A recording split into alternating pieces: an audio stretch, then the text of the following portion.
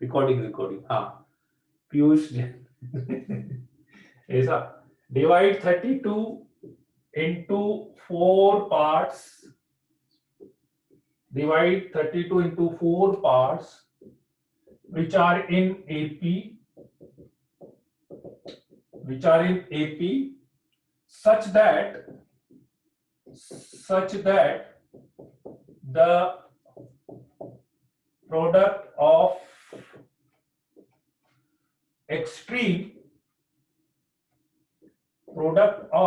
extreme is to the product of means is 7:15. ठीक है, divide 32 into 4 parts, right, which are in AP such that the product of extreme is 2, product of mean is 7:15. एक तो ये वाला करना बहुत easy सा question है. एक क्वेश्चन और मैं देता हूं. The sum of first n terms of 2 APs are in ratio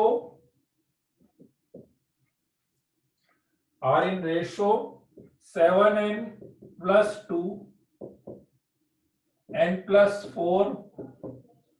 Find ratio of fifth term. हो सकता है सेकंड वाला क्वेश्चन है ना आप लोगों का किया हुआ भी हो, शायद से थोड़ा कॉमन क्वेश्चन है, लेकिन एक बार करना पड़ेगा आपको. ठीक है, करो तो देखें. दोनों क्वेश्चन इजी से हैं, जल्दी से करो जब तक मैं चाय पी लेता हूं.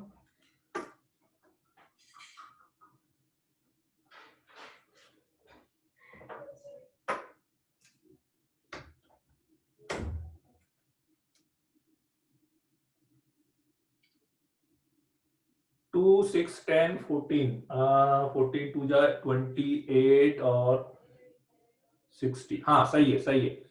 आयुष पटेल का आंसर सही है. Very good.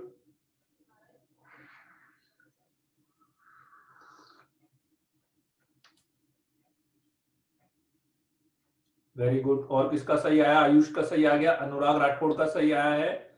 ईशान, छयान, यशोधर, गरु सिंह कर भी दिया इतनी जल्दी कि करा हुआ है.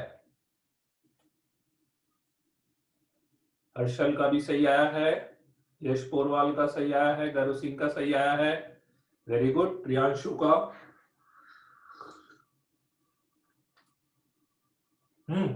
फर्स्ट वाला हो जाए तो सेकंड वाला करना है.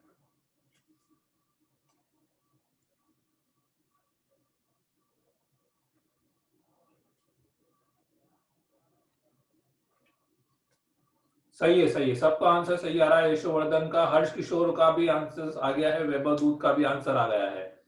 Very good.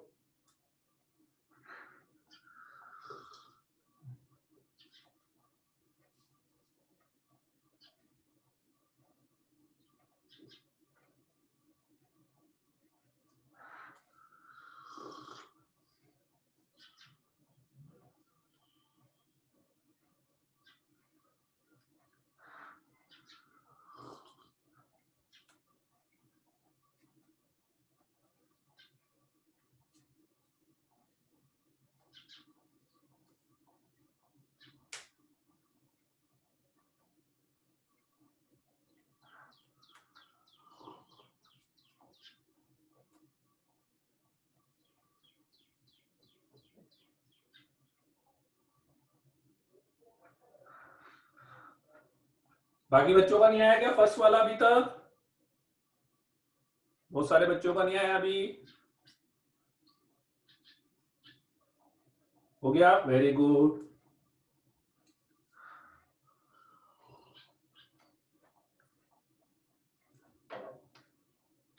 फर्स्ट आ गया, सेकंड का है. बहुत बढ़िया. Very good. फर्स्ट का आंसर आना चाहिए. जिसके नहीं आया आंसर मैं बता देता हूं. Very good. 2 6 10 14. 2 6 10 14.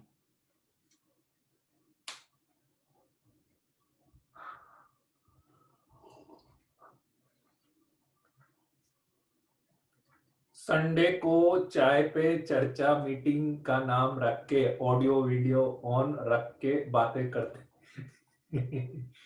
कौन बोला था ये? निकल गया, किसने बोला था? इसको ऑन कर देता हूँ मैं, इसकी जरूरत कहाँ है मुझे।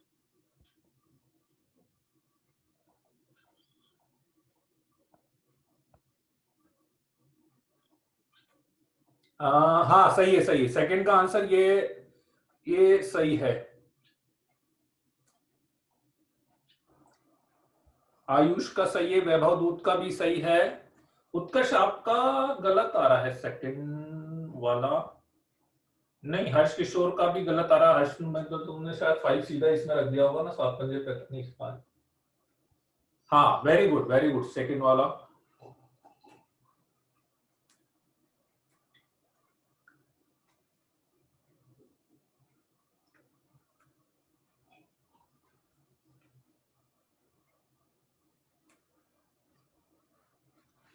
आयुष की, हाँ आयुष तुम्हारा सही था ना सेकंड वाला, मेरे ख्याल से तुम्हारा। आंचल आपका गलत आ रहा है सेकंड वाला। आंचल का सेकंड गलत है, छयान का सही है। गर्व सिंह का भी गलत है। गर्व सिंह नहीं नहीं, आयुष पटेल का सही है। आयुष पटेल का। ईशान का सही है।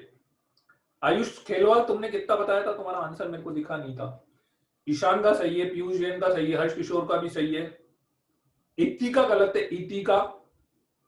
हाँ आयुष खेलवाल का भी सही है। यश पोरवाल नहीं नहीं नहीं, हाँ।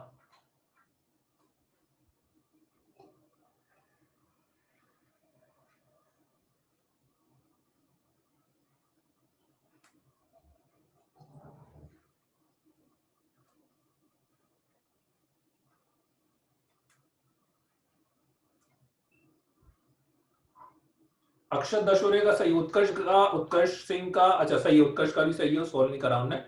उज्जवल का गलत है, स्पर्श व्यास का भी गलत है, उत्कर्ष सिंह का सही है।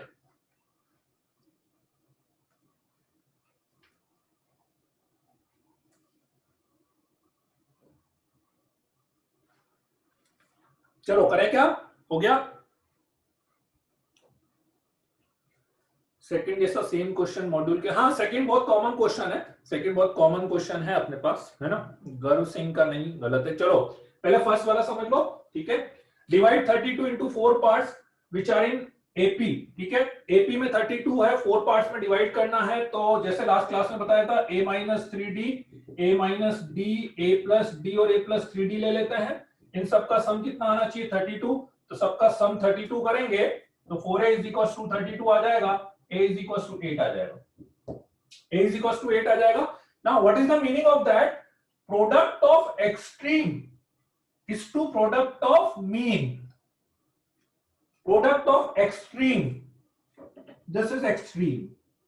याद है रेशो करा होगा तो आपने, रेशो में आता है इसे एक्सट्रीम और मीन, एक्सट्रीम और मीन, ठीक है। तो प्रोडक्ट ऑफ एक्सट्रीम मतलब इन दोनों का product, to the product of mean मतलब इन दोनों का प्रोडक्ट का ratio 7:15 means a minus 3d into a plus 3d upon a minus d into a plus d is equals to 7/15 आ जाएगा। क्लियर है? Product of extreme is to product of the mean, ठीक है। तो ये आ जाएगा a square minus 9d square upon a square minus d square is equal to 7/15, ठीक है। मेरे ख्याल से अब आगे सॉल्व हो जाएगा। a की वैल्यू 8 गिवन है, a की वैल्यू 8 आप इसमें रख दीजिए। a की वैल्यू 8 रखेंगे, क्रॉस मल्टीप्लाई करेंगे तो आपके पास d की वैल्यू आ जाएगी। a और d आ जाएगा। याद रखना d कॉमन डिफरेंस नहीं है। प्रोडक्ट ऑफ मीन्स में डिवाइड बाय 2 नहीं करेंगे, नहीं नहीं। प्रोडक्ट ऑफ मीन्स का मतलब क्या है एक्चुअली अक्षत, आपको प्रोडक्ट ऑफ मीन्स मतलब ये जो बीच वाले नंबर है उसकी बात हो रही है। प्रोडक्ट ऑफ एक्सट्रीम और प्रोडक्ट ऑफ मीन का मतलब क्या? एक्सट्रीम मतलब कोने वाले नंबर, एक्सट्रीम मतलब ये एक्सट्रीम वाले, और मीन मतलब ये बीच वाले नंबर। मीन मतलब वो मीन नहीं लेना ऐसे प्लस डिवाइड बाय 2 वाला मीन नहीं करना अपने को। मीन मतलब ये बीच वाले नंबर। तो इनका प्रोडक्ट और इनका प्रोडक्ट की रेशो की बात हो रही है, ठीक है। a इज इक्वल टू 8 रख देंगे तो d आ जाएगा अपने पास, ठीक है। हो जाएगा ना। पहले पूरा सॉल्व करके बाद में वैल्यू रखेंगे तो ज्यादा इजी हो जाएगा। हाँ वो भी कर सकते हो, ठीक है। 15 स्क्वायर रखा, वो 8 सॉल्व करना इजी हो जाएगा, सही बात, ठीक है। सेकंड वाला, सेकंड वाला में बोलना है कि sum of first n terms of two APs, दो एपी के फर्स्ट एन टर्म्स का सम का रेशो आपको गिवन है।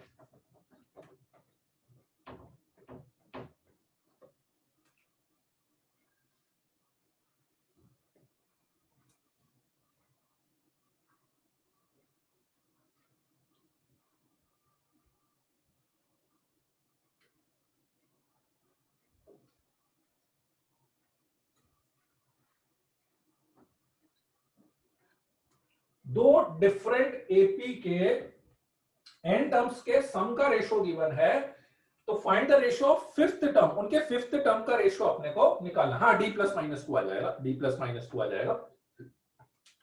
तो मान लेते हैं दो एपी है, एक एपी का first term A1 common difference D1, दूसरे एपी का first term A2 common difference D2। Different AP बोला है, दोनों का डिफरेंट एपी बोला है, तो कुछ रिलेशन कुछ भी नहीं है, दोनों का फर्स्ट टर्म अलग लेना है, दोनों का कॉमन डिफरेंस आपको अलग लेना है, ठीक है। बस दोनों में नंबर ऑफ टर्म्स अपने को सेम रखना है, दोनों में आपको नंबर ऑफ टर्म सेम रखना है। तो फर्स्ट एपी के एन टर्म्स का sum this one divided by second AP के एन टर्म्स का सम का ratio 7n plus 2 upon n plus 4 given. ये क्वेश्चन में गिवन है, sum of first n terms of two APs are in ratio. तो first AP के n terms का ratio, second AP के एन टर्म्स का रेशो, ये गिवन। अब एन टर्म्स का रेशो मतलब आप एन की कोई भी वैल्यू रख दें, हर वैल्यू के लिए वो रेशो मैच करेगा आपके पास, n/2 तो कैंसिल हो जाएगा। अब देखो कुल मिला के इक्वेशन एक ही है, इक्वेशन एक ही है, जो कुछ यूज करना है मुझे उसी से करना है, जो कुछ सॉल्व करना है उसी से करना है। मतलब अब वेरिएबल है चार, A1 A2 D1 D2, एक इक्वेशन चार वेरिएबल, n वेरिएबल की देखा जाए तो एक इक्वेशन से चार वेरिएबल नहीं निकाल सकते। अब मैं एग्जैक्टली आता हूं कि मुझे निकालना क्या है, find ratio of fifth term, ratio of fifth term. Fifth term होगा A1 प्लस 4D1, पहले एपी का फिफ्थ टर्म, सेकंड एपी का फिफ्थ टर्म कितना होगा A2 प्लस 4D2, इसका रेशो अपने को निकालना है, ये दिया हुआ है, इसका रेशो आपको निकालना है। तो n की कोई ऐसी वैल्यू आप रखो, n की ऐसी वैल्यू रखो ताकि ये टर्म, क्योंकि ध्यान से देखो बेटा ये टर्म एग्जैक्टली ये टर्म मैं बना सकता हूं, ठीक है। n इज इक्वल टू 9 रखें। एक काम कर लेते हैं, डायरेक्ट भी सोच सकते हो, वैसे तो क्या रखें, डायरेक्ट भी सोच सकते हो, थोड़ा और इजी करना हो तो भले एक काम कर लूं कि मुझे यहाँ पर A1 और A2 दिख रहा है ना, और यहाँ पर 2A दिख रहा है, तो एक काम करता हूं मैं 2 से डिवाइड कर लेता हूं। तो 2 से यदि मैंने डिवाइड करा तो this by 2D1 and A2 and -1/2 D2। Direct भी कर सकते हैं, पर 2 में थोड़ा सा आपके लिए हो सकता है इजी हो जाए, 2 में थोड़ा सा इजी हो जाए, ठीक है। तो मुझे क्या करना है, A1 प्लस 4D1, मतलब यहां पे मुझे कोई ऐसा नंबर रखना है ताकि यहां पे 4 आ जाए, तो n-1/2 की जगह पे 4 रखो, तो आपको कैलकुलेशन से समझ में आ जाएगा कि हाँ भाई n-1/2 की जगह पे 4 रखो, तो मतलब n इज इक्वल टू कितना पुट करना रहेगा, 9 पुट करना रहेगा। n इक्वल टू 9 पुट करोगे तो सीधे सीधे 7 9 जा 63 प्लस 2 65 अपॉन 13 आ जाएगा, दैट इज 5/1 आ जाएगा मेरे पास, 5/1। क्लियर है। तो बहुत सी बार देखो क्वेश्चन में ऐसा हो रहा है, जैसे आपको याद हो एक लास्ट क्लास में या लास्ट टू लास्ट क्लास में एक अपन ने वो बहुत अजीब सा क्वेश्चन करा था, जिसका रूपांशु ने एक पूरा सॉल्यूशन भी मेरे को भेजा था वो वाला, ठीक है। S1729 is equal to S28 वाला फिर अपन ने करा था। अब उसमें भी क्या हो रहा था कि देखो कैलकुलेशन की जरूरत ही नहीं पड़ी, मुझे जो टर्म निकालनी थी वो टर्म मुझे डायरेक्टली मिल गई, है ना। हाँ, तो बहुत सी बार क्या होता है कि आप जैसे क्वेश्चन में कभी कुछ नहीं समझ में आना कि यार क्या करें, तो आप थोड़ा सा उल्टा भी चल सकते हो कि आप वो चीज लिख लो कि एग्जैक्टली मुझे चाहिए क्या। तो जैसे मान लो मैंने यहां तक कर लिया, अब मुझे नहीं समझ में आ रहा कि यार इसके बाद अब कैलकुलेशन तो बन गई, तो फिर मैं क्या करूंगा कि मुझे निकालना क्या है, रेशियो ऑफ फिफ्थ टर्म, अच्छा ये निकालना है और मेरे पास ये आ गया है। तो इससे देख के मुझे बहुत सी बार हिंट मिल जाता है कि अच्छा यार ये निकालना है, ये तो बिल्कुल सेम दिख रहा है मुझे, तो n की वैल्यू कुछ रख दूं ताकि ये बन जाए मेरे पास, है ना। तो बहुत सी बार क्वेश्चन में ना उल्टा भी चल सकते हो कि जो निकालना है उसको लिख लो कि अच्छा ये निकालना है, अब देखो कि अच्छा ये है तो इससे यहां तक अपन कैसे आ सकते हैं। क्लियर है सबको, कोई डाउट तो नहीं है, बड़े आगे है। चलो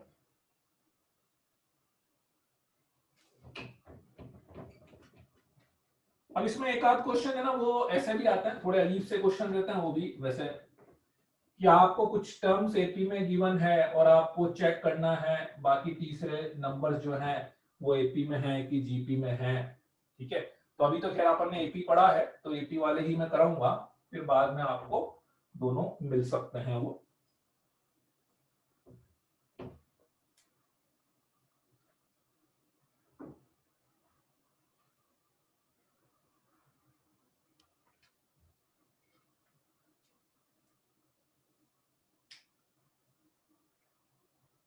जैसे इस टाइप के क्वेश्चन की मैं बात कर रहा था, ठीक है।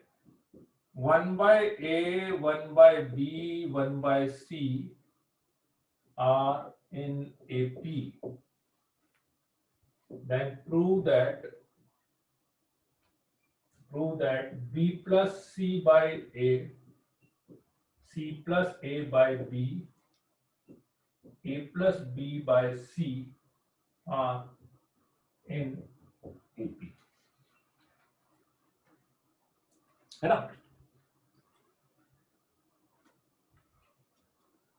फर्स्ट वाले का आंसर मैंने लिखा था ना, फर्स्ट वाले का आंसर है पर फर्स्ट वाले का आंसर था 2 6 10 और 14, 2 6 10 एंड 14। हाँ वेरी गुड, बिगना बॉक्स 2 में है, ठीक है। तो इसमें क्या रहता है कि जैसे आपको कोई 3 नंबर एपी में गिवन है और उससे रिलेटेड ही कोई 3 नंबर और आपको दे दें और आपको प्रूव करना है या चेक करना है कि वो नंबर किस सीरीज में है, एपी में है, जीपी में है, एचपी में है। तो अभी तो एपी पढ़ा है अपन ने, ठीक है। मेथड आप समझ लो, बाकी थोड़ा बहुत कैलकुलेशन किसी में करना पड़ सकता है। जनरली दो टाइप से अपन प्रोसीड कर सकते हैं। हाँ बिगनर बॉक्स 2 में बहुत सारे क्वेश्चन है ऐसे लाइन से।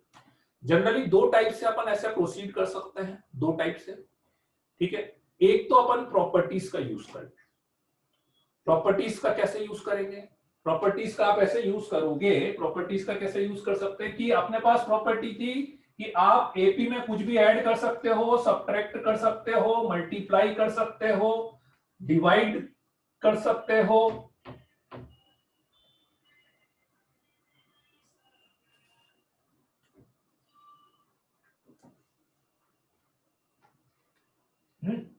क्या थी प्रॉपर्टी की आप कुछ भी उसमें ऐड कर सकते हो, सब्ट्रैक्ट कर सकते हो, मल्टीप्लाई कर सकते हो, डिवाइड कर सकते हो, एपी रहेगा अपने पास, ठीक है। तो उसको यूज कर सकते हैं, एक तो वो। दूसरा, कभी भी 3 नंबर एपी में प्रूव करना हो तो क्या कर सकते हैं, 2b is equal to a plus c. तो 2b is equal to a plus c कर लो और चेक कर लो आ रहा है कि नहीं आ रहा है, वो भी अपन कर सकते हैं। डिपेंड करता है, जैसे अभी मान लो ये वाला क्वेश्चन बहुत इजीली हो जाएगा, ठीक है। क्या दिया हुआ है, 1/b 1/c are in AP, ठीक है। जैसे ये बता भी रहा है सौरभ सिंह कैसे करना है, +1 करना है, +1 नहीं, पहले आप क्या करो, a प्लस बी प्लस सी से मल्टीप्लाई कर दो, मल्टीप्लाई, ये एपी में है ना, ठीक है। तो multiply multiply by a plus b plus c. तो मैं ऐसा बोल सकता हूं कि a plus b plus C by a plus b plus C by b and a plus b plus c by c are also in AP, ठीक है। a plus b plus सी से, ठीक है। अच्छा है RHS से बोला हुआ आपने, ओके ओके ठीक है। तो मैंने इधर से स्टार्ट करा कि भाई ये एपी में गिवन है, आप इधर से भी स्टार्ट कर सकते हो, इधर से भी कर सकते हो, इधर से भी कर सकते हो, इधर से करा मैंने। तो a प्लस बी प्लस सी से मल्टीप्लाई कर दिया तो ये एपी में है, ठीक है।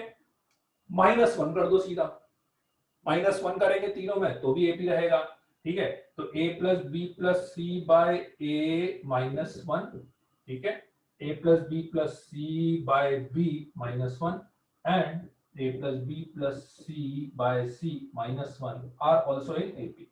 सब में -1 कर देंगे तो भी एपी रहेगा, ठीक है। अब बस -1 करते ही सीधे सीधे मेरे पास ये आ जाएगा, तो b plus C by A और a plus C by B and a plus B by C are also in AP. वो भी किस में आ जाएगा, एपी में आ जाएगा, ठीक। कोई दिक्कत नहीं, कॉमन डिफरेंस की कोई बात नहीं, कॉमन डिफरेंस चेंज हो जाएगा तो हो जाने दो। उसने तो बस एपी बोला है, ऐसा तो बोला नहीं है कॉमन डिफरेंस अपने को सेम रखना है, कॉमन डिफरेंस अलग भी हो जाएगा तो कोई दिक्कत नहीं है अपने पास। क्लियर है? एक ऑप्शन ये रहता है, ये हो जाए तो इससे कर लो नंबर 1, या फिर दूसरा ऑप्शन क्या, 2b is equal to a plus c. उसमें थोड़ा सॉल्व करना पड़ता है, ठीक है ना, थोड़ा बहुत फैक्टराइजेशन कुछ कुछ करना पड़ता है उसमें, मतलब, ठीक है, right.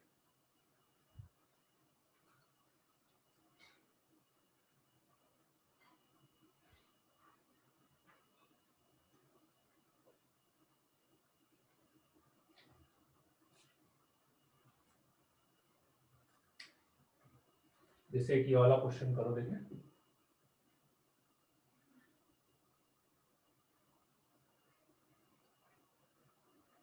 a square b square c square are in AP, ठीक है। तो आपको प्रूव करना है a upon b plus C, b upon C plus a, c upon a plus b are also in AP.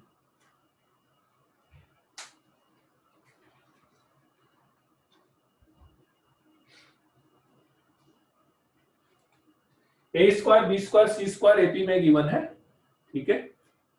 दूसरा और एबीसी, जरूरी नहीं है उसी मेथड से करो, और किसी मेथड से भी कर सकते हो आप, जरूरी नहीं है इसी मेथड से करो, और जरूरी नहीं हो भी पाए, हो सकता नहीं भी हो पा रहा हो।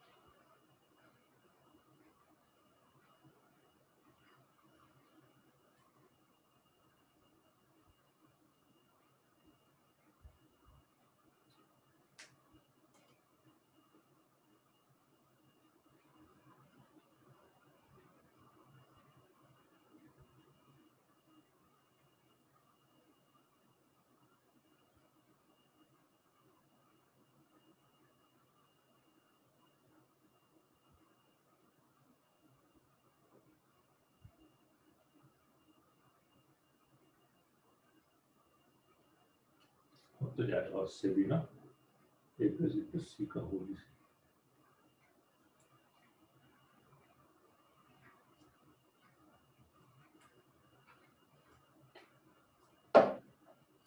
हाँ, 2b इक्वल्स टू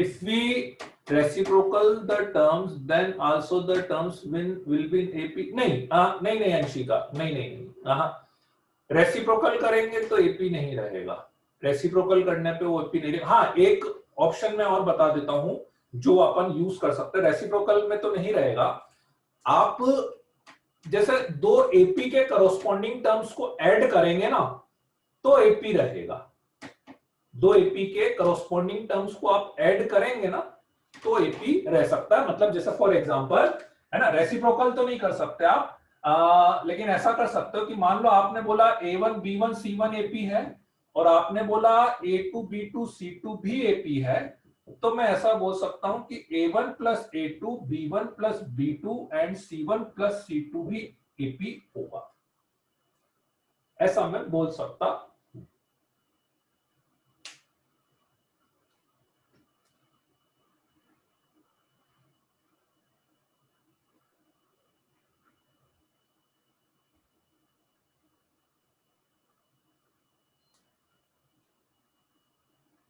बाकी रेसिप्रोकल नहीं कर सकते उसको।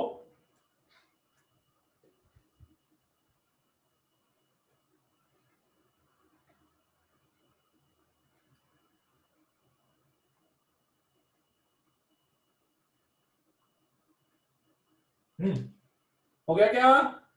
हो गया। Two B equal to A C apply करके कर दिया है, बहुत बढ़िया बहुत बढ़िया। Two B equal to A plus C apply करके कर दिया है। हाँ, उसमें ना जैसे एक पॉसिबिलिटी और है कि आप चाहो तो एक काम ये भी कर सकते हो, उससे शायद थोड़ा सा इजी हो जाए कभी, कि आप एक तो स्टेप अपनी वाली लगा दो, ऐड सब्ट्रैक्ट मल्टीप्लाई करने वाली, ठीक है, उसके बाद two B equal to A plus c लगा लो, ये भी कर सकते हो।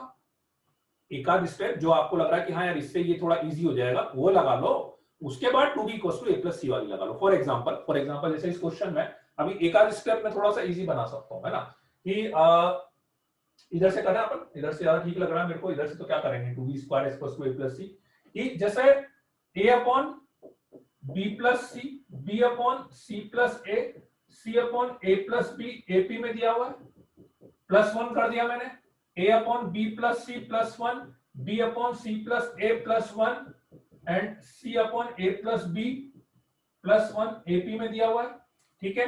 ए प्लस बी प्लस सी अपॉन बी प्लस सी हो गया, और बी प्लस सी प्लस ए अपॉन सी प्लस ए हो गया, और सी plus a plus b upon a plus B, ये एपी में हो गया। इसको ए प्लस बी प्लस सी से डिवाइड कर देते हैं, तो ये एपी में है, तो यहां तक तो आ गया, यहां तक तो आ गया ना। अब ये एपी में है, तो इसमें यदि मैं कंडीशन लगा दूं, इसमें कंडीशन लगा दूं, two b is equal to A plus c, तो शायद थोड़ा सा इजी हो जाएगा, है ना।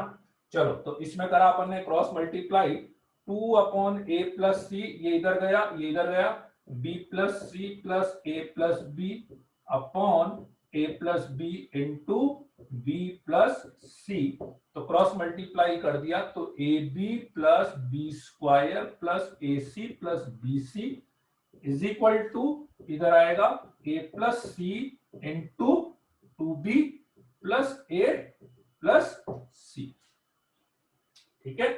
तो यह आ गया to A B, two B square, two A C, two B C is equal to, इसको एक काम करते हैं मल्टीप्लाई, टू बी को पहले कर लेते हैं, two A B plus two B C, और ए प्लस सी को पूरे को कर लेते हैं, ए प्लस सी को पूरे को एक साथ कर लेते हैं, तो A square plus C square plus two A C, तो two A B two A C two B C ये सब कैंसिल हो गया अपने पास, और मेरे पास आ गया two B square is equal to a square plus C square which is given, तो हेंस प्रूव अपन कर सकते हैं, ठीक है भाई। इसमें मैंने क्या दोनों चीजें लगा दी, लास्ट वाले में मैंने दोनों चीजें लगा दी, ठीक है। ये एपी में गिवन था, मतलब गिवन नहीं, इसको प्रूव करना था, तो इसको ले लिया, तो यदि एपी में हुआ प्लस वन कर दिया, एपी में रहेगा, एपी में रहेगा, ए प्लस बी प्लस सी से डिवाइड कर दिया, एपी में रहेगा, तो यहां तक एपी आ गया। अब इसके बाद मैंने two b is equal to A plus c को यूज कर लिया, two B equal to A plus c, तो आप वो भी कर सकते हैं, ठीक है। हाँ, उल्टे डायरेक्शन से प्रूव करा अपन ने, उल्टे डायरेक्शन से प्रूव करा है, ठीक है, कोई दिक्कत नहीं, कर सकता हूं भाई। कोई चीज गिवन है उसको लास्ट जो प्रूव करना है उसको यूज करते हुए, ठीक है, जो लास्ट में गिवन है वो ले आए तो भी प्रूव हो जाता है, उसमें कोई दिक्कत नहीं है, ठीक है।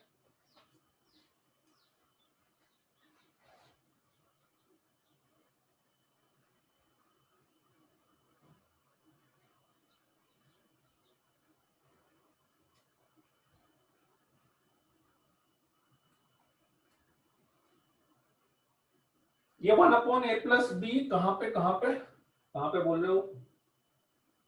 1/a+b कैसे आया, कहाँ पे बोल रहे हो, किस पे बोल रहे हो क्या? ये वो लगाया ना अपन ने 2b = a+c, 2b = a+c, ये तीनों एपी में थे ना, ये तीनों एपी में थे, तो 2b = a+c वाला लगाया है, 2b = a+c वाला, twice of this is equals to this plus this.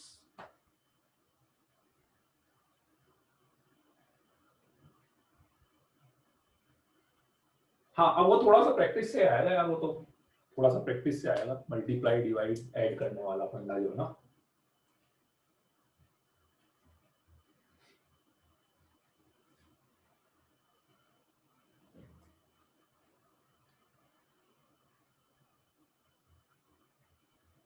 Fourth line ही तो बता रहा हूँ ना मैं भाई, ये एपी में है, अरे ये एपी में है, 3 नंबर एपी में होते हैं, तो twice of this number is equal to this plus this, so twice of this number is equal to this plus this. बाकी तो एलसीएम लिया है मैंने, मतलब मैंने क्या करा है कि दोनों चीजों का मिक्सचर करा है, 2 स्टेप मैंने ऐड सब्ट्रैक्ट वाली कर ली, a+b+c कहाँ गया, और 1, मैं बोल रहा हूँ ना रूपांशु, मैंने दोनों चीजें मिक्स करी है। पहले ये एपी में था, तीनों में +1 कर लिया, एपी रहेगा, फिर ये आया a+b+c से डिवाइड कर लिया तो भी एपी रहेगा, तो मैं यहां तक आ गया। उसके बाद ये एपी रहेगा, तो मैंने इसमें क्या करा, 2b = a+c लगा दिया, ठीक है। Prove that as an AP and we are already assuming it to be an AP, ठीक है, कोई दिक्कत नहीं है। यदि कोई चीज गिवन है, मुझे कोई चीज प्रूव करनी है, ठीक है, तो यदि वो प्रूव करनी है तो इसका मतलब 2b = a+c होना चाहिए उस टर्म का। यदि एपी में है भाई, एपी में अपन कैसे बताएंगे कि twice of this term equals to this plus this आ जाए, तो वो एपी में है, तो ठीक है ना। मैंने उसको सॉल्व करते हुए मान लिया कि यदि वो सारी चीजें जो भी है यदि एपी में हो, उसी के अकॉर्डिंग मैं एज्यूम करता जा रहा हूं ना, और नहीं तो आप ये स्टेप गायब करके, आप ये स्टेप गायब करके सीधा 2b = a+c भी कर सकते हो। इस स्टेप में प्रॉब्लम है, वैसे कोई दिक्कत नहीं है, आप डायरेक्ट ये स्टेप गायब करके 2b = a+c यहां पे करोगे तो भी आ जाएगा, उसमें थोड़ा ज्यादा सॉल्व करना पड़ेगा, इसलिए मैंने डायरेक्टली कर दिया, ठीक है। चलो बढ़े आगे।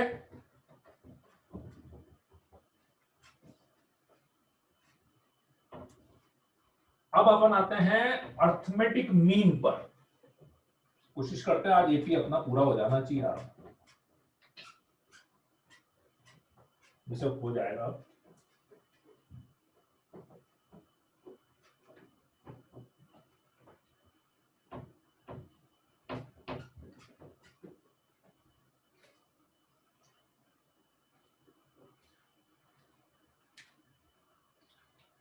अर्थमेटिक मीन,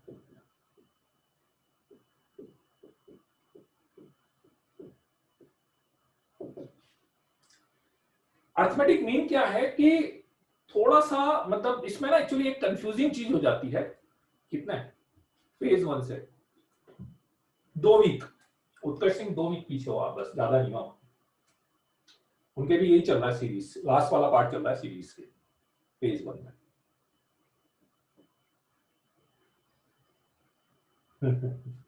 सही है। हाँ, तो अर्थमेटिक मीन की मैं जो बात कर रहा था वो ये है कि एक्चुअली ना इस सीरीज, इस चैप्टर में अपन 2 टाइप से अर्थमेटिक मीन यूज करेंगे, 2 टाइप से अर्थमेटिक मीन अपन यूज करते हैं, ठीक है। ये जो अर्थमेटिक मीन है ये एपी से रिलेटेड, ये एपी से रिलेटेड क्या है, ठीक है। टर्म्स को समझने की कोशिश करना बेटा, कि मेरे पास 2 नंबर है ए और बी, इसके बीच में मुझे n नंबर्स लिखने हैं, ऐसे लिखने हैं, इसके बीच में n नंबर्स ऐसे लिखने हैं सो दैट यहां से लेके यहां तक एपी बन जाए।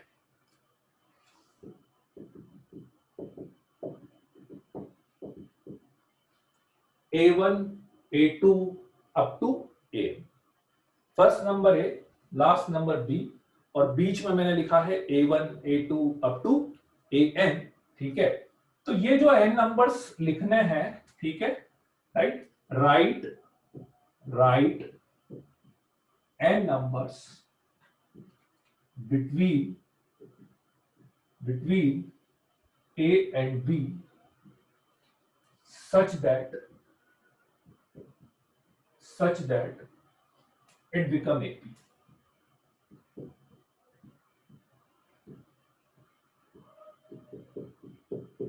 Then n numbers are called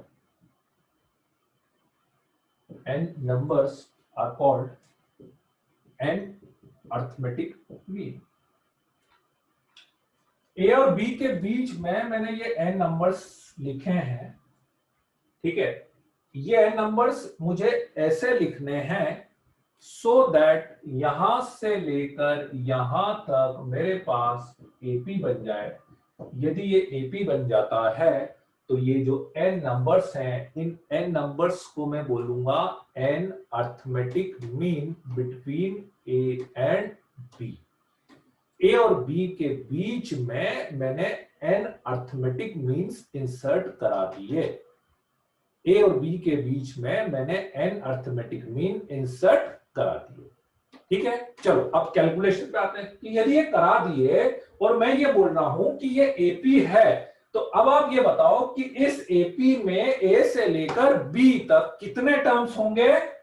इस एपी में ए से लेकर बी तक कितने टर्म्स होंगे, ध्यान से, ए से लेकर बी तक, ए से लेकर बी तक कितने टर्म्स होंगे, वेरी गुड, n+2 टर्म्स होंगे ना बच्चों। n क्यों होंगे भाई, दो नंबर ये लिखे हुए थे, n नंबर आपने लिख दिए, तो टोटल कितने टर्म्स हो गए, n+2, वेरी गुड।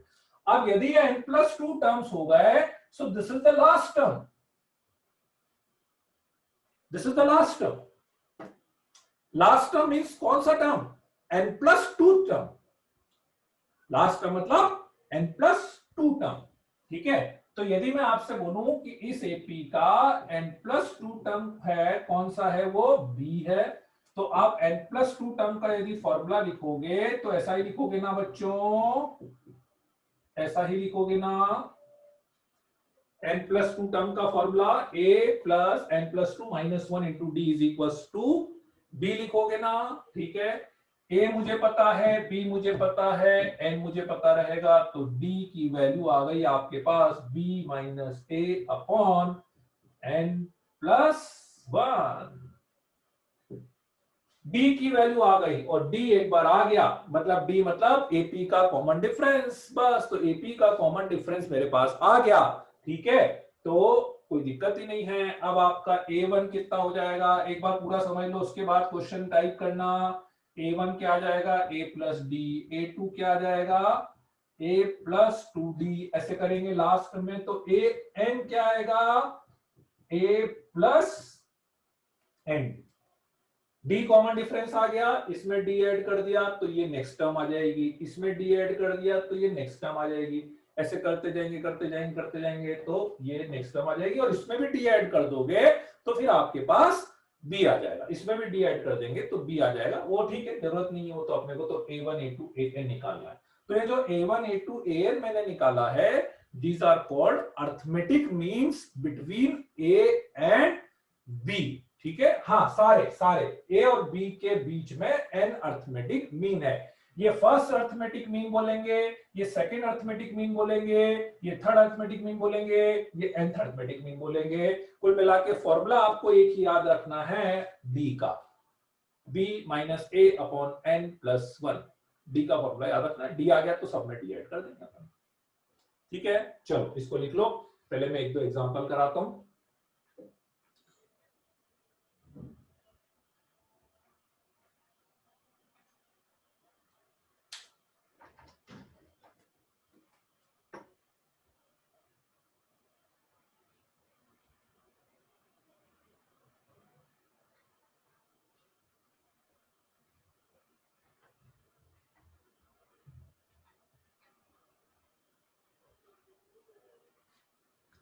वही वो वाला अर्थमेटिक मीन अलग होता है, वाला अर्थमेटिक मीन अलग होता है विधान। यही मैंने स्टार्टिंग में बोला था कि अर्थमेटिक मीन है ना अपन दो सेंस में यूज करते हैं यहाँ पे।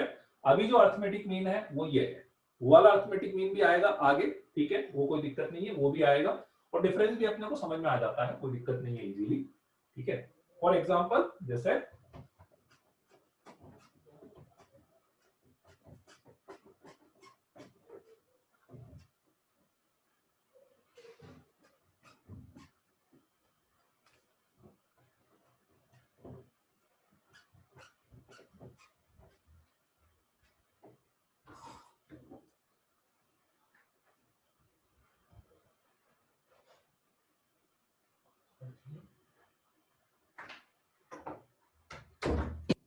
जैसे आप कोई भी दो नंबर लिख दो रैंडमली, फॉर एग्जांपल मैं कोई भी दो नंबर लिख देता हूं, लेट्स से मैंने लिख दिया 2 और 3, है ना, कोई भी दो नंबर मैंने लिख दिया और मैंने आपसे बोला कि इसके बीच में आपको 5 अर्थमेटिक मीन इंसर्ट कराने हैं, ठीक है।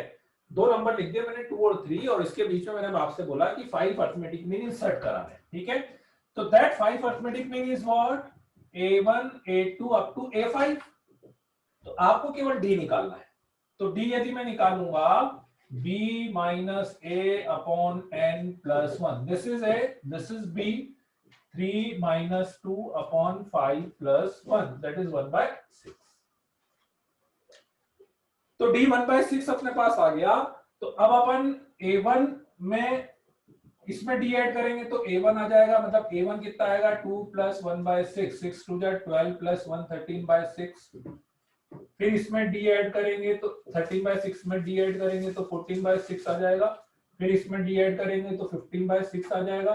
इसमें डी ऐड करेंगे तो नेक्स्ट 16/6 आ जाएगा A4, और इसमें डी ऐड करेंगे तो नेक्स्ट 17/6 आ जाएगा, और इसमें भी डी ऐड करेंगे तो नेक्स्ट वाला नंबर मेरे पास आ जाएगा, ठीक है। तो आप दो नंबर के बीच में कितने भी अर्थमेटिक मीन इंसर्ट करा सकते हैं, दो नंबर के बीच में कितने भी, 5 कराए हैं, आप बोलो तो 500 करा देंगे, 5000 करा सकते हैं, डी चेंज होता जाएगा आपका, अकॉर्डिंगली डी चेंज होता जाएगा, ठीक है।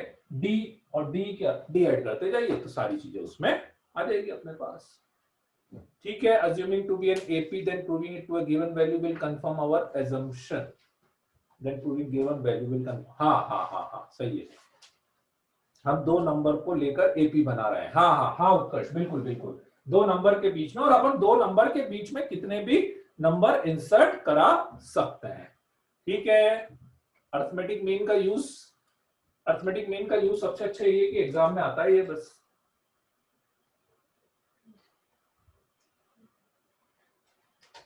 n+2 कैसे आया, अरे भाई n+2 कैसे आया, अरे यार रूपांशु तुम भी गजब कर दो, दो नंबर लिखे थे, मैंने बोला n नंबर यहाँ पे लिखे हैं, n नंबर यहाँ पे लिखा है, एक नंबर यहाँ पे लिखा था, एक नंबर यहाँ पे लिखा था, कितने नंबर होंगे टोटल,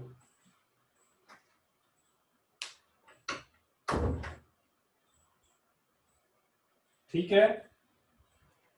चलो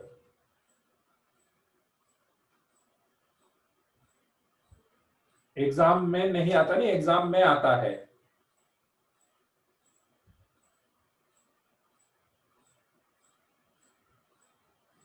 बोल ही तो रहे हो तुम, बोलो। इसमें ना एक प्रॉपर्टी है, पहले एक बार इसकी एक प्रॉपर्टी भी मैं प्रूव कर दूं,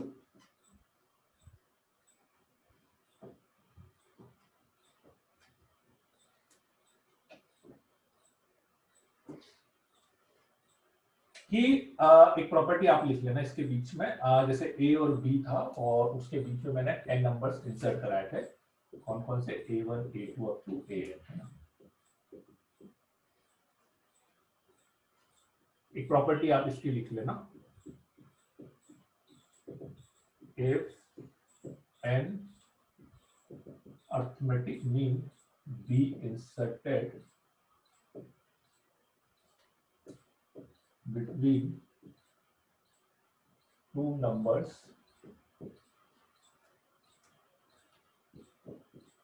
then sum of them sum of them will be n times of, if n arithmetic mean be inserted between two numbers, then sum of them will be n times of one arithmetic mean inserted between same number, है ना? One arithmetic mean inserted between same number.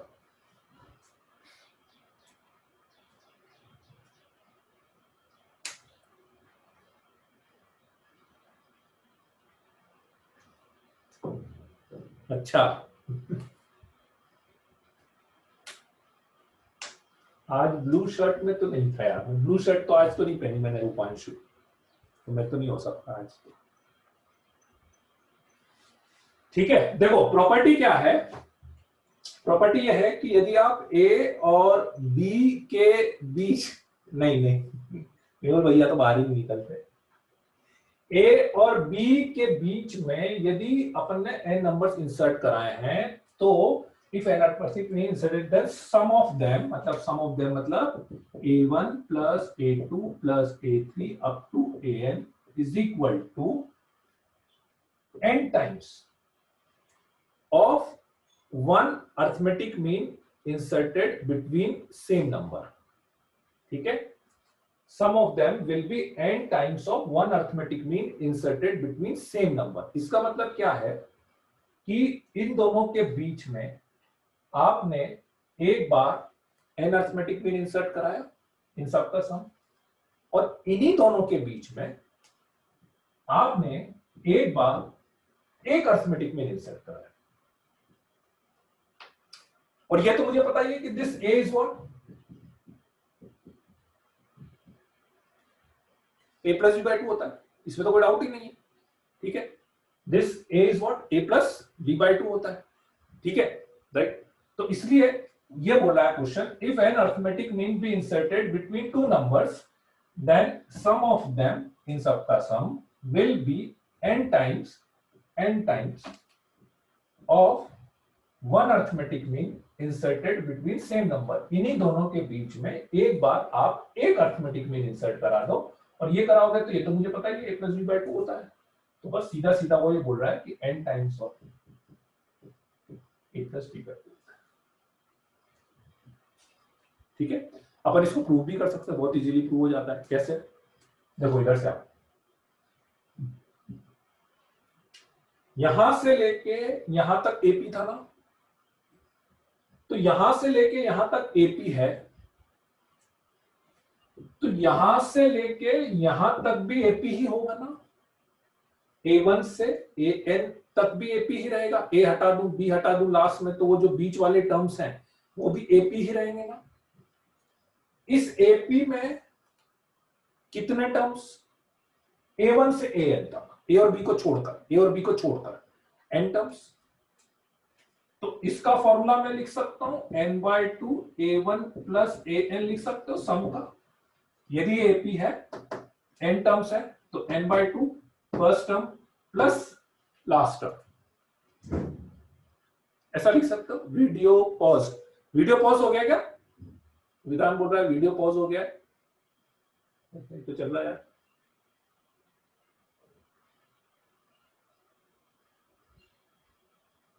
अच्छा, बीच में हुआ था, हो गया था pause, अब सही है। ठीक है, अब ठीक है, ओके, अटकी थी, अभी सही है ना? वाईफाई तो चल रहा है इसको ना, चलो ठीक है, ठीक। तो मैं ये बोल रहा था कि ये एपी था, तो इस एपी में n टर्म्स थे, तो n/2 इसका फॉर्मूला मैं लिख सकता हूं first term plus last term, ऐसा लिख सकते हैं, first term plus last term, है ना। और यदि आपको याद हो तो एपी की अगेन एक प्रॉपर्टी में यूज करूं, भाई ये भी एपी था, ये भी एपी है, तो एपी में एक प्रॉपर्टी बताई थी, sum of the term equidistance from the beginning and from the last are always equal. मतलब इधर से फर्स्ट ए, उधर से first plus b is equal to इधर से सेकेंड A1, उधर से सेकेंड AN, लिख सकते हैं ना ऐसा। तो A1 प्लस AN की वैल्यू A प्लस बी हो गई ना जी, तो सीधे सीधे n/2 a प्लस बी हो गया, तो ये n times of a plus b/2 हो गया, कितना इजीली हो गया।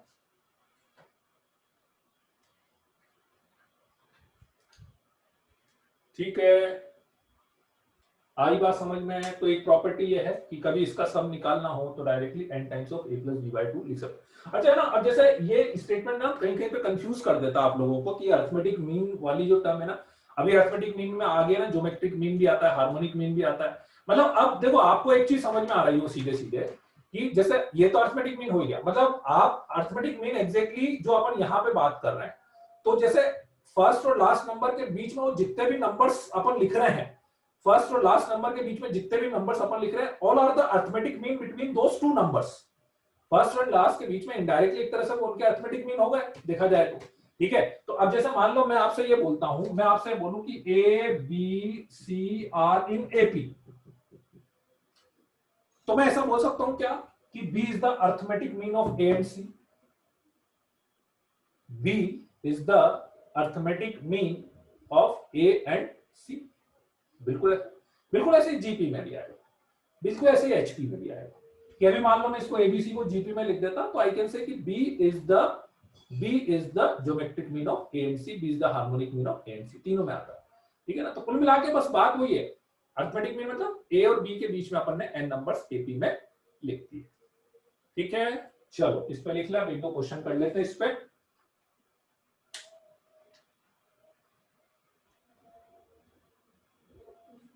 इजी से क्वेश्चन कर लेते हैं एक दो इस पे।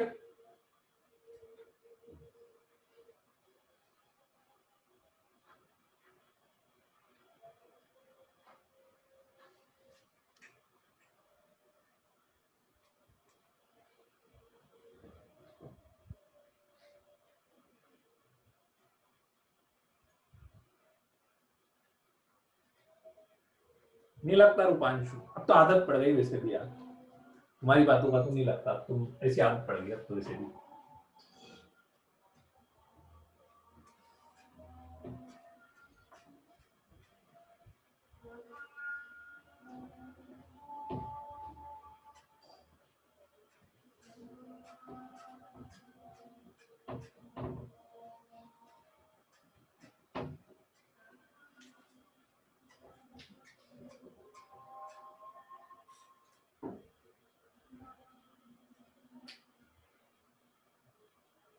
चलो फर्स्ट क्वेश्चन है, इजी सा क्वेश्चन है फर्स्ट वाला। Insert 6 arithmetic mean between 15 and -13 के बीच में 6 अरिथमेटिक मीन इंसर्ट कराएंगे सब बच्चे। सेकंड है इंसर्ट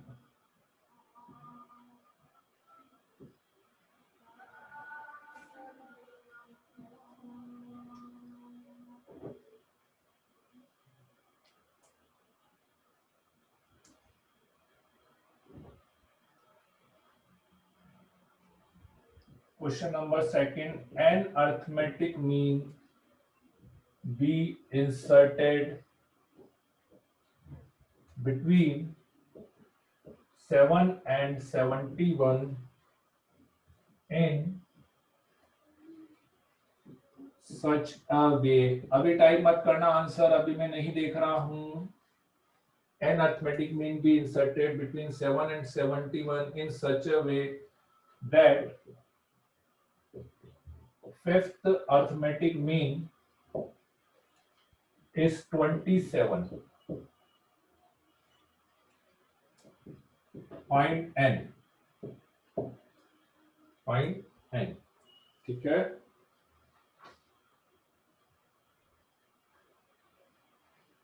चलो करो तो इसको।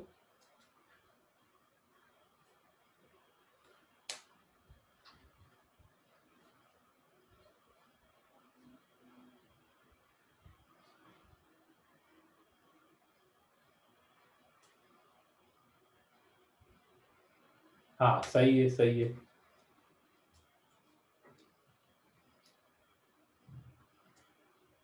सही है,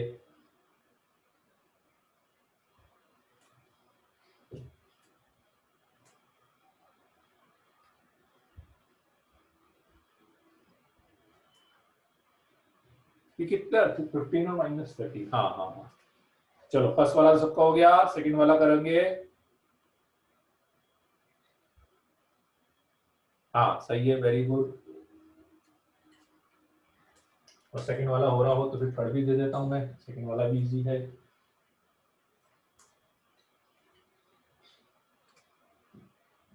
sum of two numbers is 13/6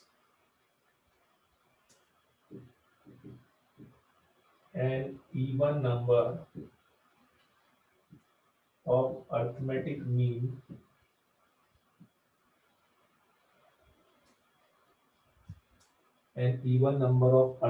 mean are being inserted between them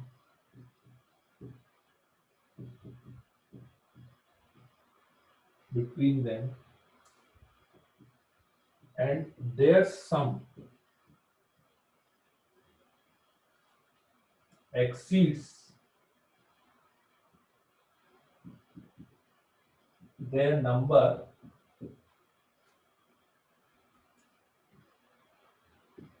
by 1. Find the number of means inserted.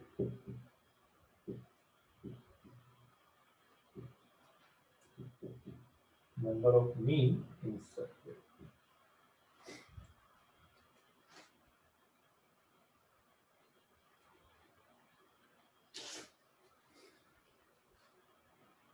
हाँ सही है, सही है, सही है, सही है। फर्स्ट सेकंड सबका हो गया।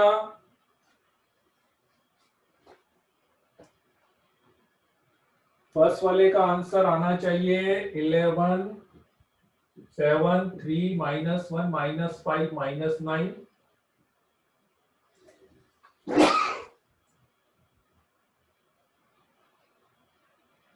और सेकंड का आंसर आना चाहिए n = 15। थर्ड का आंसर मेरे पास है ही नहीं।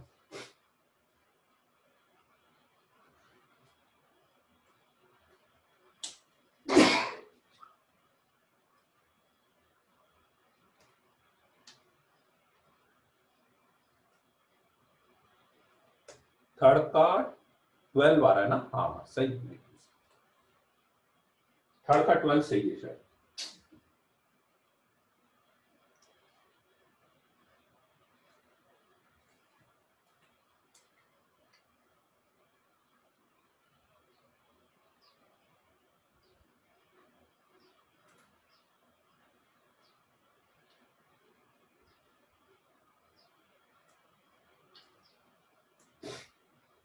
फर्स्ट वाला तो सबका हो गया होगा, फर्स्ट में तो कोई डाउट नहीं है ना किसी को?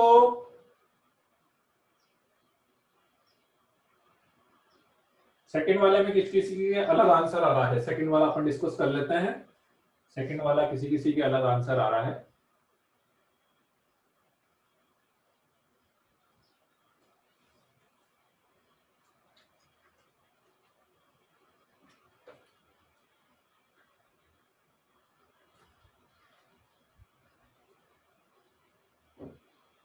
सेकेंड वाले में n arithmetic mean be inserted between 7 and 71 in such a way that fifth arithmetic mean is 27, है ना? फिफ्थ अर्थमेटिक मीन बोला है उसने, है ना? फिफ्थ अर्थमेटिक मीन बोला है, राइट? तो d क्या होगा? d होगा b - a upon n + 1, 64 upon n + 1 d हो गया। Now what is fifth arithmetic mean? a plus 4d होगा कि 5d होगा? 5d होगा, राइट। a plus 5d, है ना? क्योंकि जो अर्थमेटिक मीन निकाला है तो nth अर्थमेटिक मीन जो अपन ने निकाला है वो a plus nd ही निकाला है वो, है ना? तो इसलिए फिफ्थ अर्थमेटिक मीन जो निकाला है वो a plus 5d ही निकाला है, और ये a plus 5d 27 गिवन है, राइट? और a तो 7 हो ही गया, तो d = 4 आ गया अपने पास। a 7 है तो D4 आ गया, तो इसको 4 कर दो आप सीधे सीधे। तो 64 अपॉन n प्लस 1 को यदि मैं 4 करूंगा तो n इज इक्वल टू 15 आ जाएगा, n इक्वल टू 15 आ जाएगा।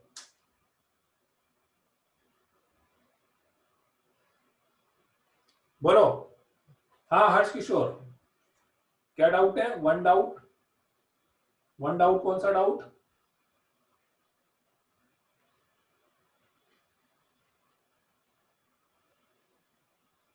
बोलो हर्ष किशोर, कौन सा डाउट है?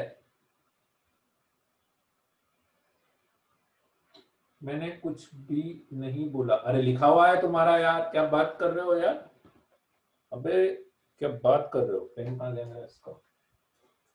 लिखा हुआ है बिल्कुल हर्ष किशोर। तुम ही तो बोल रहे हो one doubt sir, one doubt.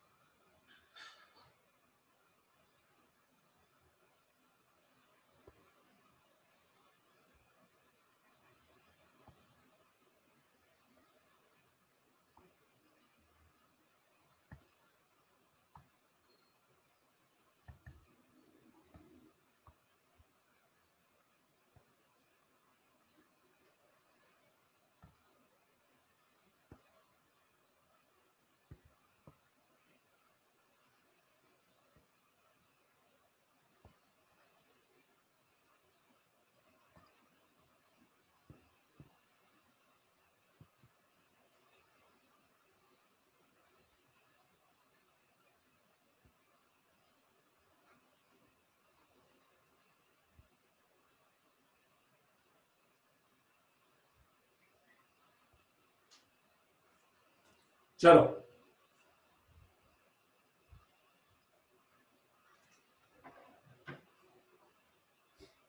Last वाला हो गया क्या? लास्ट वाला, सम ऑफ टू नंबर्स। थर्ड का 7/6 आ रहा। अरे 7/6 कैसा हो गया? 12 आएगा। हाँ थर्ड में ना 12 आएगा, थर्ड क्वेश्चन में 12 आएगा।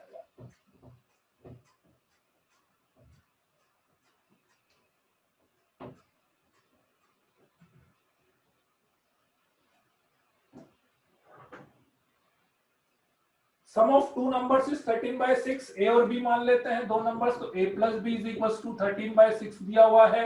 N even number of arithmetic mean are being inserted between them, मान लेते हैं इवन नंबर, मतलब इन दोनों के बीच में मान लेते हैं कि ए 2n अर्थमेटिक मीन इंसर्ट करे हैं अपन ने, एंड देयर सम, इनके बीच में मान लेते हैं 2n अर्थमेटिक मीन इंसर्ट करे हैं और इनका सम, ठीक है, इनका सम मतलब a1 plus a2 up to a2n is equal to exceeds their number by 1। क्या मतलब हुआ इसका?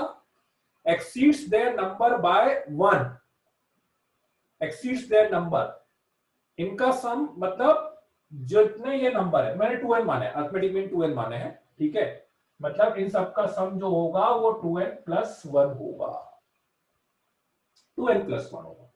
Their sum exceeds their number by 1, मतलब उनका जो नंबर है, कितना है उनका नंबर? 2 है, उससे 1। और ये मुझे पता है कितना होता है इसका सम, अभी बताया था आपको 2n/2, 2n टाइम्स, मतलब 2n times of a plus b, 2n times of a plus b by 2, sorry a plus b by 2 ऐसा होता है ना, इन सबका sum n times of arithmetic mean of this, ठीक है, तो 2n times of a plus b by 2 हो गया, ठीक है, 2 से 2 कैंसिल हो जाएगा, is equal to 2n plus 1 हो गया। a प्लस b की वैल्यू रख दो सीधे 13/6, तो a प्लस b की वैल्यू यदि मैं 13/6 रखूंगा तो 13 and 6 to 12 and plus 6 and equals to 6 आएगा।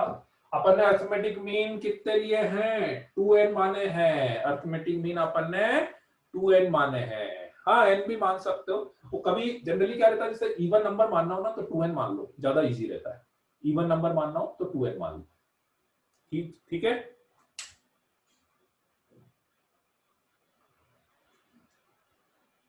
चलो क्लियर है, तो जीपी स्टार्ट कर देते हैं, अभी है 5 मिनट अपने पास, थोड़ा सा एलिमेंट्री ले लेते हैं जीपी का।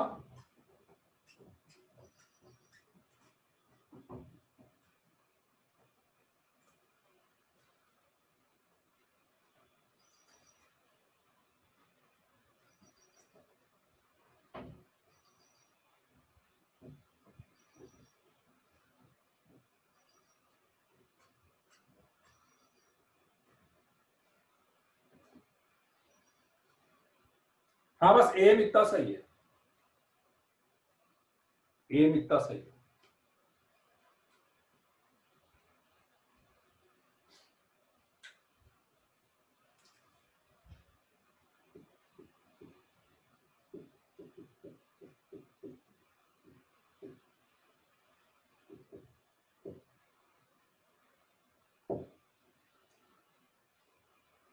ज्योमेट्रिक प्रोग्रेशन, ठीक है। आंसर 12 आएगा, आंसर 12 आएगा।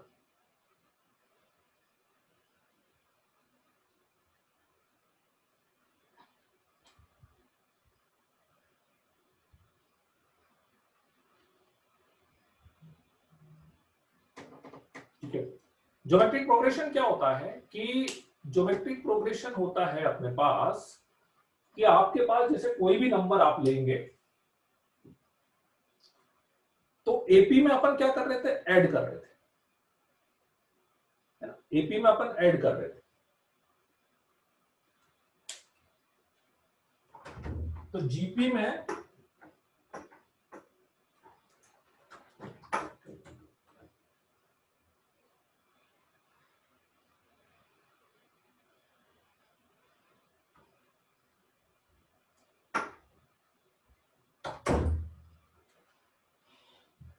जीपी में क्या होता है कि आपके पास एक कांस्टेंट नंबर है और उसको अपन क्या करते हैं, मल्टीप्लाई करते जाते हैं, ठीक है। लाइक जैसे ए है तो इसको आर से मल्टीप्लाई करेंगे ए आर, फिर इसको आर से मल्टीप्लाई करेंगे ए आर स्क्वायर, फिर इसको आर से मल्टीप्लाई करेंगे ए आर क्यूब। तो इसमें जैसे वहां पे अपने पास कॉमन डिफरेंस था, ठीक है, ऐसे यहां पे क्या होगा, कॉमन रेशो होगा। वहां पे कॉमन डिफरेंस था, यहां पे क्या हो जाएगा, कॉमन रेशो हो जाएगा, ठीक है। ए फर्स्ट टर्म हो ही गई अपने पास, ए जो है वो फर्स्ट टर्म हो ही गई, और आर आपके पास हो जाएगा कॉमन रेशो। तो कॉमन रेशो कैसे होगा, कभी भी जीपी को आइडेंटिफाई करना हो तो कैसे करेंगे, ठीक है। जीपी को आइडेंटिफाई करना हो तो कैसे करेंगे, सेकंड टर्म को फर्स्ट टर्म से डिवाइड कर दें, ठीक है। थर्ड टर्म को क्या हो गया, पर पाटीदार, बेटा अभी नया चीज स्टार्ट कर दिया तो थोड़ा सा रख लो ना, 2n की जगह n भी लेते तो आंसर 12 ही आ रहा। हाँ वो तो मैंने बोला ही था ना, वो तो मैंने बोला भी है यार, कोई नई चीज स्टार्ट हो जाए तो फिर उसको रोका मत करो यार बीच में, ठीक है। क्यों विजिबल नहीं हो रहा क्या, विजिगुशु बोल रहा है विजिबल नहीं हो रहा है, विजिबल है ना, विजिबल है, विजिबल है, विजिबल है, ठीक है। हाँ तो पॉइंट मैं बता रहा था कि जैसे एपी में अपन क्या करते थे कि ऐड करते थे, ऐसे जीपी में अपन क्या करेंगे, मल्टीप्लाई करेंगे, ठीक है। और वो जो टर्म अपन मल्टीप्लाई करेंगे, that multiply is called common ratio. तो कभी भी जीपी को अपने को चेक करना हो तो कैसे चेक करेंगे, second divided by first, third divided by second, fourth divided by third. यदि सेम आ रहा है तो वो अपना जीपी हो जाएगा। फॉर एग्जांपल 2-3 जीपी में लिख के बता देता हूं आपको। लेट्स से 2 3 2 जा 6 3 जा 18 3 जा 54, ये आपके पास जीपी है। 1/3 1/3 स्क्वायर 1/3 क्यूब 1/3 पावर 4, ये आपके पास जीपी है। 2 2 2 जा -4 2 जा 8 2 जा -16 2 जा 32 -64, ये आपके पास जीपी। इस जीपी की बात करूंगा तो मैं a इज इक्वल टू 2 बोलूंगा, r इज इक्वल टू 3 बोलेंगे। इस जीपी की बात करेंगे तो a इक्वल टू 1/3 बोलेंगे, r इक्वल टू 1/3 बोलेंगे। इस जीपी की बात करेंगे तो a इक्वल टू 2 बोलेंगे, r इक्वल टू -2 बोलेंगे। फॉर एग्जाम्पल इसको इससे डिवाइड करा तो 3 आया, इसको इससे डिवाइड करा तो भी 3 आया, इसको इससे डिवाइड करा तो भी 3 आया, तो दैट कॉमन रेशियो इज 3, ठीक है। ऐसे इसको इससे डिवाइड करेंगे 1/3, या यूं समझ लो कि इसको 1/3 से मल्टीप्लाई करा, ये आ गया, इसको 1/3 से मल्टीप्लाई करा, ये आ गया, इसको 1/3 से मल्टीप्लाई करा, ये आ गया अपने पास a 1/3 r 1/3, ठीक है, -2, दिस इज -2। अच्छा, जीपी और एपी में जैसे आप जैसे इसमें देखो ना, तो इसमें आपकी टर्म अल्टरनेट प्लस माइनस में आ रही है ना। एपी में क्या होता था, एपी में जैसे एक बार नेगेटिव आ गई तो उसके बाद फिर सारी टर्म नेगेटिव आना स्टार्ट हो जाती है, याद है, यदि कॉमन रेशियो नेगेटिव है तो पहले पॉजिटिव, फिर एक बार नेगेटिव आ गई तो आगे की सारी टर्म उसमें नेगेटिव आती है। जबकि जीपी में क्या होता है कि पॉजिटिव नेगेटिव आ सकती है, ऐसा नहीं कि आएगी, सही आ सकती है यदि कॉमन रेशियो नेगेटिव हुआ, ठीक है।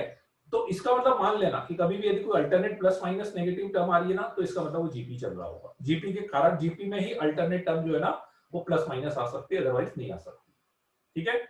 आर की वैल्यू यदि मैं बात करूं तो आर की वैल्यू जो है पॉजिटिव भी हो सकती है, नेगेटिव हो सकती है, जीरो नहीं हो सकती, ठीक है ना। R should not equal to 0, बस उसके अलावा सारी की सारी वैल्यू हो सकती है। R can be 1 also, r जो है वो 1 भी हो सकता है। We can not have all negative in GP, नहीं हो सकता ना, सारे नेगेटिव भी हो सकता है ना, सारे नेगेटिव, हाँ सारे नेगेटिव हो सकता है ना जीपी में। उसमें क्या हुआ, जैसे मान लो सारे नेगेटिव क्यों नहीं हो सकते, जैसे -2 मान लो, -2 -4 -8 -16, ये लो कॉमन रेशियो 2 हो गया, सारे नेगेटिव नहीं हो सकते, हाँ ठीक है। मतलब आधे पॉजिटिव और आधे नेगेटिव नहीं हो सकते, जैसे एपी में आधे पॉजिटिव आधे नेगेटिव होते हैं ना, वैसे आधे पॉजिटिव आधे नेगेटिव नहीं हो सकते, ठीक है। हाँ 3 एपी और जीपी दोनों है, एग्जैक्टली अक्षर, है ना। आर की वैल्यू 1 हो सकती है, r equal to 1 is possible, r equal to 1 is possible. तो मान लो जैसे आप 3 लिखोगे ना, ये जीपी हो जाएगा, जीपी एंड एपी, एपी भी हो सकता है ना, ये जीपी भी हो सकता है और एपी भी हो सकता है, दोनों हो सकता है, ठीक है। एचपी की बात बाद में बेटा, एचपी की बात बाद में। जनरल टर्म की बात करें, इसकी जनरल टर्म का फॉर्मूला बता देता हूं। जनरल टर्म मतलब टीएन, ये फर्स्ट टर्म है, ये सेकंड टर्म है, ये थर्ड टर्म है, ये फोर्थ टर्म है। मतलब देखो ये फर्स्ट टर्म थी, ये सेकंड टर्म थी, ये थर्ड टर्म थी और ये फोर्थ टर्म थी। फोर्थ टर्म में यहाँ पे 3 आया, थर्ड टर्म में यहाँ पे 2 आया, सेकंड टर्म में यहाँ पे 1 आया। तो nth टर्म में मतलब एक कम आ रहा है, जो टर्म निकाल रहे हैं पावर एक कम आ रही है, तो इसलिए जनरल टर्म में a r to the power n minus 1 आएगा, a r to the power n minus 1 आएगा, ठीक है। ये जनरल टर्म है ना। इसमें क्या पावर का खेल चलता है, जीपी में जनरली क्या होता है ना, पावर सॉल्व करनी पड़ती है, अपने पावर सॉल्व करनी पड़ती है ना। जैसे अभी मान लो मैं आपसे बोलूं कि इसका 7th टर्म निकालो, तो इसका 7th टर्म कैसा निकलेगा, a r की पावर 7 माइनस 1 6, तो वो पावर सॉल्व करनी पड़ती है, इसमें पावर ऐसा, ठीक है। चलो तो आज इतना ही लेते हैं जीपी में, बाकी सम लेना है तो सम अपन फिर नेक्स्ट क्लास में अपन कंटिन्यू करते हैं, ठीक है। ठीक है, ओके। इसके बाद अपन पढ़ेंगे डिटर्मिनेंट, इसके बाद डिटर्मिनेंट पढ़ेंगे, ठीक है। चलो okay then, bye bye, good day, good night. Okay ठीक है, हाँ सॉल्यूशन में भेजता हूँ एक्सरसाइज 1 और एक्सरसाइज 2 के, ठीक है चलो।